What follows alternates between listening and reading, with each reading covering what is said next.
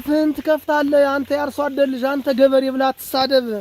ዋና ትራስህ ገበሬ ነው፣ ሳምባህም ገበሬ ነው እንዴ፣ እስትንፋስህ ገበሬ ነው።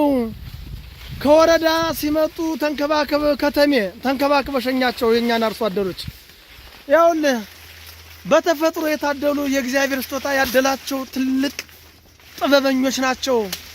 ያበቀሉትን በቆሎ ይው አየም በቆሎ ካየህ ምንድነው አንተ ከኛ የምትማረው? ከአርሶ አደር መማር ያለብህ ጥበብን ነው። ምን ነካ? ሐረር ቢራ ትጠጣለህ። ሐረር ቢራ ከበቆሎ ነው የተመረተው። ዳሽን ቢራ ትጠጣለህ። ዳሽን ከገብስ ነው የተመረተው። ሁሉም በቆሎና ገብስ ያልገባበት የለም። ተጠንቀቅ። አርሶ አደርን ተንከባከብ። በቁምጣ ሱሪ አህያ እየነዳ ሲመጣ ተጠይፈህ ታየዋለህ። ገበሬን ገበሬ ያለ ገበሬ መኖራችን ያለ ገበሬ መኖራችን ተጠንቀቅ። እኔ ብሮከር እኔ ደላላ ነኝ።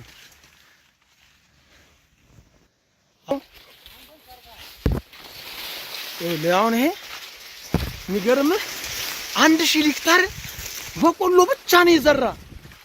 ይኸውልህ 1000 ሄክታር አየር እስካሁን ያየነው 1000 ሄክታር ነው በቆሎ ብቻ ነው። ይኸውልህ ገባን ወደ ዳጉሳው ደግሞ ዳጉሳው አየህ ላደሚ አፈር ልብላለ አያርሶ አደር አሁን ለአርሶ አደር አሁን ለአርሶ አደር ሰው አይቆምም።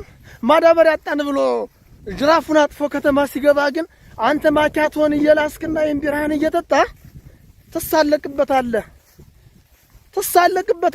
ከአርሶ አደር ጋራ ነው መቆራኘት ያለብህ። እመነኝ።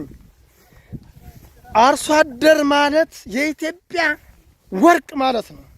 ከአርሶ አደር ጋር ካልተቆራኘ ለማኝ ቢራ ቤት ተቀመጥና በአርሶ አደር ትሳለቃለህ። አንተ ለማኝ ነገ ይርባሃል። አርሶ አደርን ተቆራኙ። አይቷል በቆሎ አይቷል።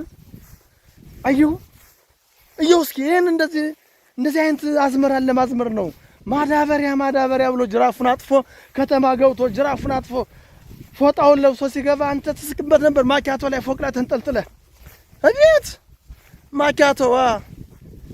ማኪያቶ ይመጣ ካኩሪ አተር አይደለም። ማኪያቶ ይመጣ ከላሞች አይደለም።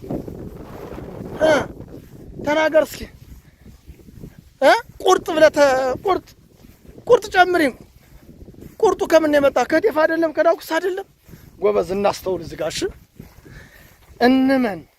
አርሶ አደር ማለት ዋናው የኢትዮጵያም ሳይሆን የዓለም የሳምባ የልብ የሰው ልጅ ህልውና ነው።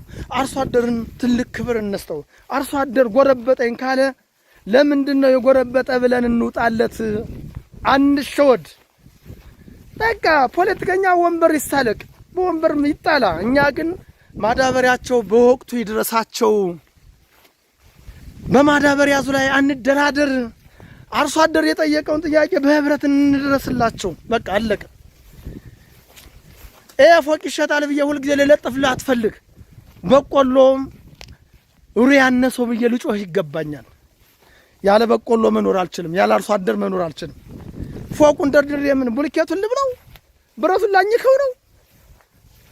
ሁሉ ጊዜ ፎቅ ብቻ እንድለጥፍ አትፈልጉ። ግቡና ላይክ ሸር አድርጉት። በአርሶ አደር አንደራደር። በቃ እኔ የገበሬ ልጅ ነኝ። የገበሬ ልጅ ስለሆንኩ ስለ አርሶ አደር እየጮህ ነው ብለህ የምታወራ ካለ ተሳሳል። የዓለም ህዝብ ገበሬ ነው። ያለ ጤፍ ያለ ዳጉሳ ያለ በቆሎ መኖር አይቻልም። ኡሪያና ማዳበሪያ በወቅቱ እንዲደርሳቸው እንጩህ። ቻው